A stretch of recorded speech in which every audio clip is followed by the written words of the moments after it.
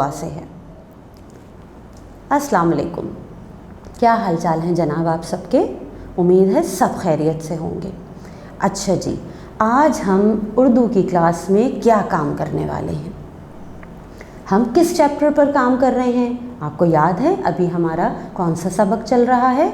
बिल्कुल ठीक, हम अभी काम कर रहे हैं सबक नंबर 1 यानी दुआ पे, जो बहुत खूबसूरत सी दुआ है।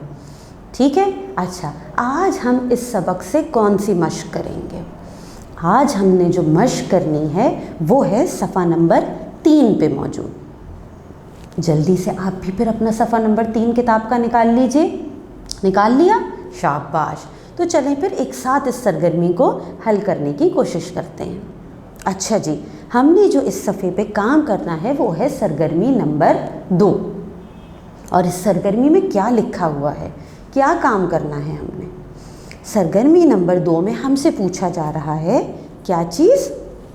दर्ज झेल हम माना अल्फाज को ख़त के ज़रिए मिलाइए और किसी एक जोड़ी को जुमले में इस्तेमाल कीजिए।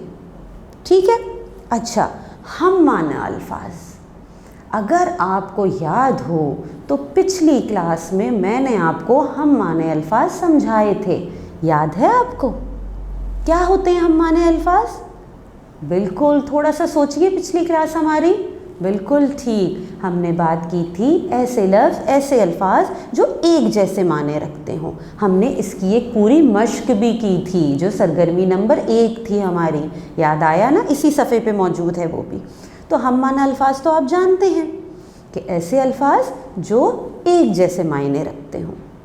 ठीक है, यहाँ पे भी हमारे पास कुछ अल्फाज दिए गए हैं जिनके एक तरफ लफ्ज़ हैं और सामने उन्हीं के हम माना अल्फाज भी मौजूद हैं। हमने सबसे पहले क्या करना है कि इन्हें एक जैसे मानों में जो अल्फाज मिलते हैं उन्हें आपस में हमें एक लाइन ड्रॉ करके उनकी मैचिंग यानी मिलाना है। चलिए पहले ये काम करते हैं। फिर दूसरा काम भी मौजूद है कि यहाँ पे आपने इसमें से किसी एक जोड़ी को अपने जुमले में इस्तेमाल करना है। ये भी मज़ेदार काम है। चलें दोनों काम हम मुकम्मल करते हैं लेकिन एक एक करके करेंगे। ठीक है, तो चलें पहले हम मैचिंग की एक्टिविटी कर लेते हैं इसकी। अच्छा, अब यहाँ पे हम लफ्ज़ देखते हैं क्या क्या मौजूद हैं। यहाँ पे देखिए एक तरफ क्या क्या चीज़ें लिखी हुई हैं। एक तरफ लिखा है बहर, पोशाक, मोहब्बत, तारीकी और जंग। शाबाश। अच्छा, उसी के सामने कौन से लफ्ज़ मौजूद हैं? प्यार, अंधेरा, लड़ाई, लिबास और समंदर। Very good. अच्छा जी, सबसे पहले हम अपना पहला लफ्ज़ उठाते हैं, बहर। अब इसमें से आप मुझे सोच के बताइए कि सामने जो लफ्ज़ लिखे हैं बहर का कौन सा ऐसा लफ्ज़ सामने मौजूद है जो एक जैसे मायने में हो? प्यार? बहर के मायने प्यार तो नहीं होते। अंधेरा? वो भी नहीं। बिल्कुल ठीक सोचा आपने, बिल्कुल ठीक।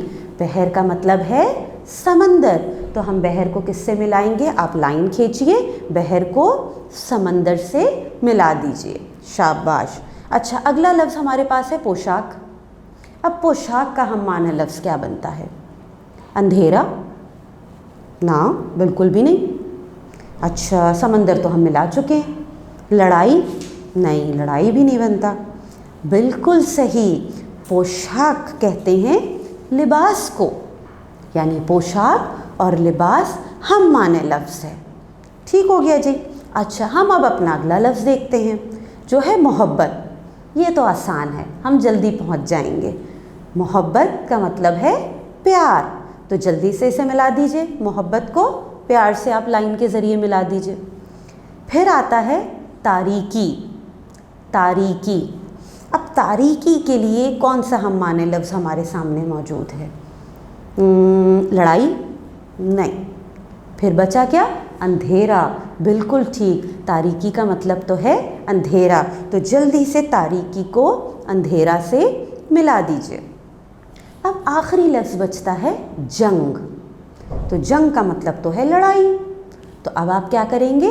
इस लफ्ज़ जंग को इसके हम माने लफ्ज़ लड़ाई से एक लाइन के ज़रिए जल्दी से मिला दीजिए। तो जी हमने यहाँ पे क्या किया, तमाम अल्फाज को उनके हम माने लफ्ज़ से मिला दिया है, यानी एक काम तो हमारा मुकम्मल हुआ। अब हमें यहीं पे एक और काम करना है। यहाँ पे हमसे कहा गया है कि इसमें से किसी एक जोड़ी को हमने जुमले में इस्तेमाल करना है। अच्छा, यहाँ पे आपकी किताब में एक मिसाल भी दी गई है, जल्दी से ज़रा पढ़ें। मिसाल में क्या लिखा है? मिसाल में लिखा है, माँ की मोहब्बत की कोई मिसाल नहीं, उसके हर अंदाज में औलाद के लिए प्यार होता है। यानी यहाँ पे कौन से दो लफ्ज़ हैं, हम माने लफ्ज़ हैं जो इस्तेमाल हुए हैं, मोहब्बत और प्यार। अब आप किस पे जुमला बनाएंगे? चलें, अगर मैं बनाऊँ पोशाक पे, तो हम क्या जुमला बनाएंगे? मैं आपको एक जुमला बना के बता देती हूँ ताकि आपके लिए आसानी हो जाए, लेकिन आप ख़ुद भी जुमले ज़रूर बनाएंगे, ख़ुद कोशिश ज़रूर करेंगे आप, ठीक है? अच्छा, पोशाक का मतलब है लिबास। तो चलें हम बात करते हैं, हम एक छोटा सा जुमला बनाते हैं। हाँ, ये आया मेरे जहन में एक जुमला, खूबसूरत पोशाक और अच्छा लिबास इंसान की शख्सियत को निखार देता है। सही जुमला बना ना? दोनों लफ्ज़ इस्तेमाल हो गए हमारे। अच्छा, और अगर मैं तारीकी का जुमला बनाऊँ, तारीकी का मतलब है अंधेरा, तो हम जुमला बना दें, क्या बनाएं? हाँ, एक जुमला और आया मेरे जहन में, इल्म की रोशनी से जहालत का अंधेरा और तारीकी बआसानी दूर हो सकते हैं। यानी इस जुमले में हमने तारीकी को भी इस्तेमाल कर लिया और अंधेरा को भी इस्तेमाल कर लिया, ये भी बहुत आसानी से बना लिया हमने। अच्छा, अब अगर हम जंग का जुमला बनाएं, जंग का मतलब है लड़ाई, ऐसा जुमला जिसमें जंग का भी इस्तेमाल होना है और लड़ाई का भी, तो वो कौन सा जुमला हो सकता है भाई? अगर मैं बनाऊं, हम सोचते हैं, आप भी सोचिए जल्दी से, अगर आपके जहन में जुमला पहले आ जाए ना तो जल्दी से अपनी कॉपी में लिख लीजिएगा। अच्छा, अगर मैं सोचूं तो हम लिखें, जंग, लड़ाई, झगड़ा सिर्फ नुकसान का सबब होता है। ये भी जुमला अच्छा है ना, इसमें हमारा जंग का भी इस्तेमाल, इस लफ्ज़ का भी इस्तेमाल हो गया, लड़ाई का इस्तेमाल भी कर लिया हमने, ठीक है? अब हमारा क्या रह गया? बहर और समंदर। अगर आप इस पे जुमला बनाने का सोच रहे हैं कि आपने इस पे बनाना है, इस जोड़ी पे, बहर और समंदर पे, तो क्या जुमला हो सकता है? चलिए इसकी भी मैं आपको मिसाल दे देती हूँ ताकि आपको काम करने में आसानी हो। हम ये भी कह सकते हैं कि बहरुल काहिल दुनिया का सबसे बड़ा समंदर है। बहर का इस्तेमाल भी हो गया, समंदर का इस्तेमाल भी हो गया। इसी पे एक जुमला और जहन में आया, वो भी आपको बता देती हूँ कि समंदर को अरबी में बहर कहते हैं। ये जुमला भी बहुत आसान है और आसानी से बन गया। तो वही देखें, मैंने तो यहाँ पे आपको सरगर्मी मुकम्मल करवा दी है, बल्कि मैंने तो ये किया कि मैंने तमाम जुमले भी बना दिए आपकी आसानी के लिए। लेकिन आपने क्या काम करना है? आपने इस मश्क को मुकम्मल करना है, किताब में इसकी मैचिंग की एक्टिविटी मुकम्मल करनी है, यानी मिलाने की जो एक्टिविटी है। फिर इस पे जुमले जो बनाने हैं वो आपने अपनी कॉपी में बनाने हैं, ठीक है? अब आपके साथ मैंने तमाम अल्फाज पे जुमले बना दिए हैं। आप क्या करेंगे? आप अपनी कॉपी में इन जुमलों को तहरीर करेंगे बहुत खूबसूरती के साथ, ठीक है ना? अच्छी राइटिंग में लिखेंगे। और हाँ, ज़रूरी नहीं है कि आप मेरे बताए हुए जुमले लिखेंगे, ठीक है ना? बिल्कुल अपने जहन को ज़रूर इस्तेमाल कीजिए। और आपके जहन में जो जुमला आता है, मायने तो आपको समझ में आ गए हैं। जब अल्फाज के माने हमें समझ में आ जाएं, फिर जुमला बनाना तो बहुत आसान होता है ना? तो फिर कोई मुश्किल नहीं है।